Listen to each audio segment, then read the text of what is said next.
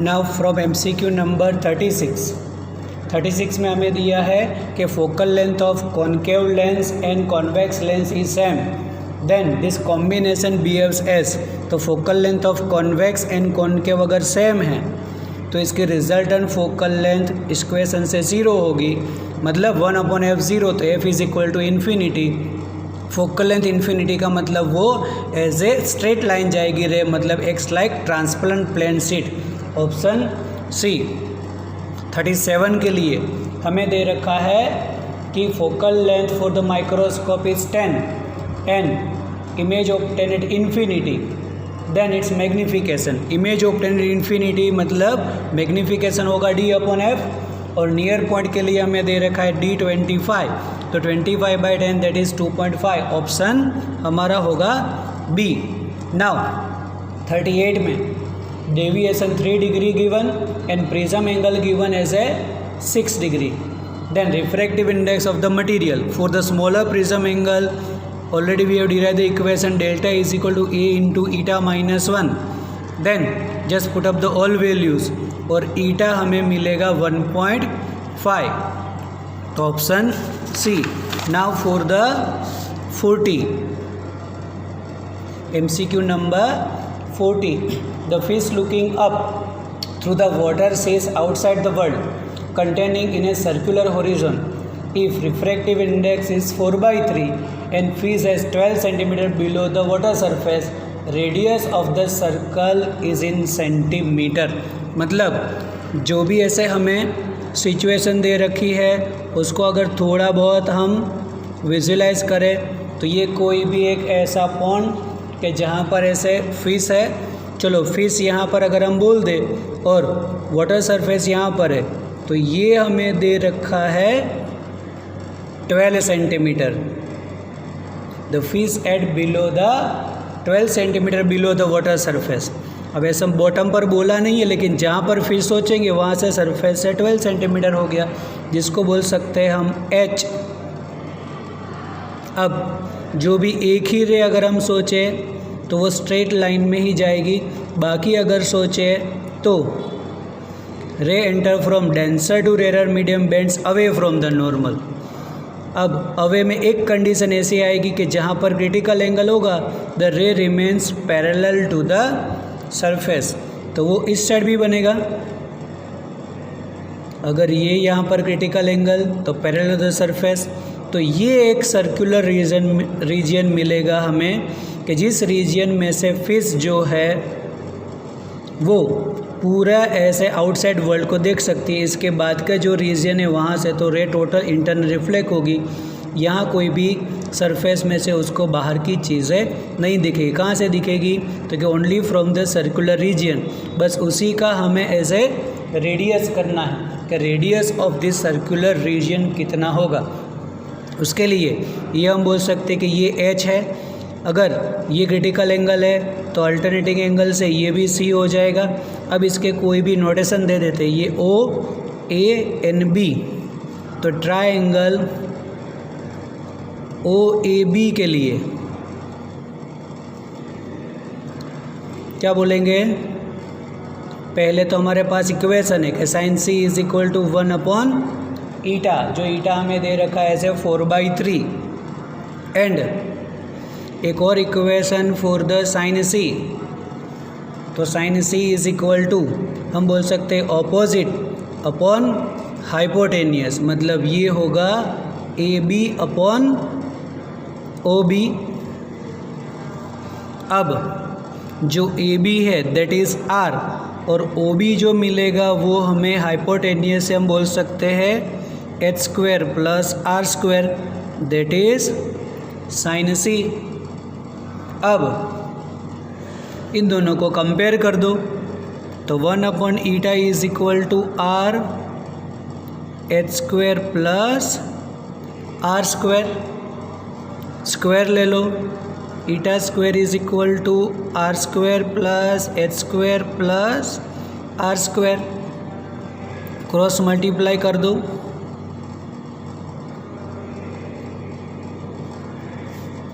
और R square को subject बनाना है तो आर स्क्वायर यहाँ ले जाए और आर स्क्वायर को कॉमन निकाल दे.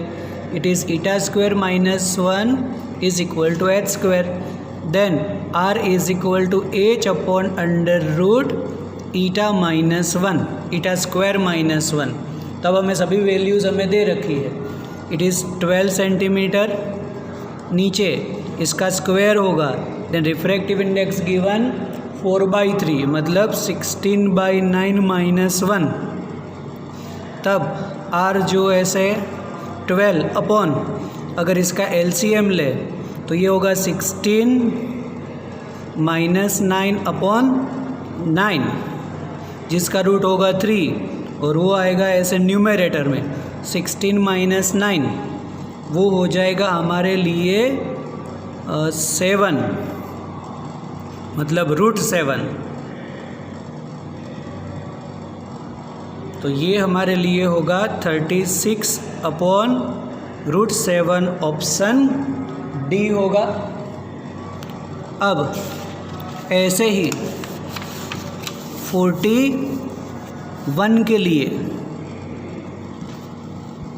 तो 41 में हमें दे रखा है 2 lenses of power -15 and +5 dioptre are in contact with each other. Focal length of the combination. तो हमारे पास पावर की फॉर्मूला है जो डायरेक्ट ऐड होता है कि P is equal to P1 + P2. एक है -15 एक +5 मतलब -10 डायोप्टर. और फोकल लेंथ करनी है तो 1/P दैट इज़ -1/10. लेकिन ये होगा एज ए मीटर में क्योंकि डायोप्टर का रिलेशन मीटर के साथ होता है. अगर हमें इसका सेंटीमीटर में आंसर चाहिए तो हमें 100 से मल्टीप्लाई करना पड़े. मतलब ये होगा -100/10 मतलब -10 centimetre. That option is C. 42 magnification of microscope of objective focal length 5 mm is 400. Tube length हमें दे रखी है 20 centimetre. Then focal length of the eyepiece. अब focal length of the eyepiece के लिए just remember the equation for the microscope. की microscope की magnification की इक्वेशन है it is LD/FO into FE. अब यहाँ पर जो भी हमें D के लिए बोल देना है नियरर पॉइंट. तब यहाँ पर हमें ट्यूब लेंथ दे रखी है 20, ये हम लेंगे 25. Focal length of objective lens given as a 5 millimetre given है जिसको सेंटीमीटर में कन्वर्ट कर देंगे तो ये 0.5 हो जाएगा. अब जो भी बाकी है वो FE और मैग्निफिकेशन तो हमें दे रखा है तो FE चाहिए हमें. तो 25 इंटू 0.5 और नीचे आएगा M और टोटल मैग्निफिकेशन दे रखा है हमें 400. Therefore do the necessary calculation. वो कुछ मिलेगा 2.5 centimetre. Option C. 43 the frequency and wavelength of the light in transparent material 2 × 10⁻14 Hz and 5000 angstrom. Then refractive index. हमें फ्रीक्वेंसी दे रखी है उसकी new is equal to 2 × 10⁻14 Hz and wavelength given as a 5000 मतलब 10⁻⁻7 metre. Then refractive index होता है eta is equal to C/V और ये तो होगा 3 × 10⁸ V होता है न्यू लेमड़ा. 3 × 10⁸ अपॉन 2 10⁻14 5 × 10⁻⁻7 उसकी कैलकुलेशन करो तो नेसेसरी कैलकुलेशन से आंसर कुछ मिलेगा तुम्हें इसका नियर अबाउट 3. तो ये ऑप्शन होगा हमारे लिए बी. अब नंबर 44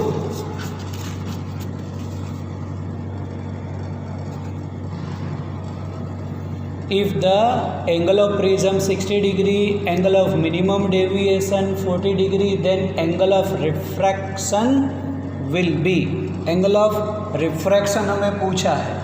अब angle of refraction से related जो भी इक्वेशन है उसको याद करो वैसे। तो for the minimum deviation we know that कि for minimum deviation A is equal to R1 plus R2 और वो भी दोनों सेम होते हैं। For the minimum deviation R1 R2 as a R, then we can say it is 2R, then R is equal to A by 2, 60/2, angle of refraction is 30 degree. Angle of refraction is 30 degree, मतलब हमारे लिए हुआ option B.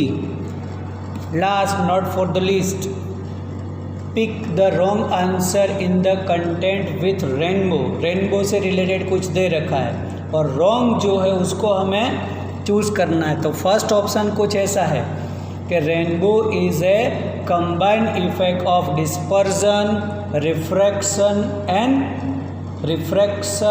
Reflection of the light. मतलब 2 बार refraction, dispersion, reflection, ये तो सही है।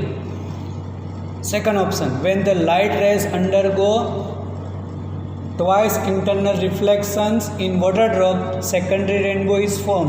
तो ये भी बराबर है कि प्राइमरी रेनबो की कंडीशन है ट्वाइस रिफ्रैक्शन, वंस रिफ्लेक्शन, और सेकेंडरी रेनबो की कंडीशन है ट्वाइस रिफ्रैक्शन, ट्वाइस रिफ्लेक्शन। तो ये भी सही है। Third, the order of colour is reverse in secondary rainbow, ये भी बराबर है। तो फोर्थ तो रॉन्ग होना ही चाहिए, फिर भी पढ़ लेते हैं। An observer can see rainbow when his front is towards the sun. देखो रेनबो हमें कब दिखेगा कि हमारी जो बैक है वो सन के साइड हो तो ही दिखेगा। यहाँ पर हम अगर ऐसे सन के टूवर्ड्स ऐसे फ्रंट में खड़े होंगे तो उस साइड पर रेनबो हमें कभी नहीं दिखता। कंडीशन क्या होगी, रेन ड्रॉप्स जो हमारे सामने, मतलब रेन ड्रॉप्स हमारे इन फ्रंट ऑफ सन जो है वो बैक में, and we between the raindrop and sun, तो ही मिलेगा। तो रॉन्ग आंसर होगा हमारे लिए डी, ऑप्शन डी।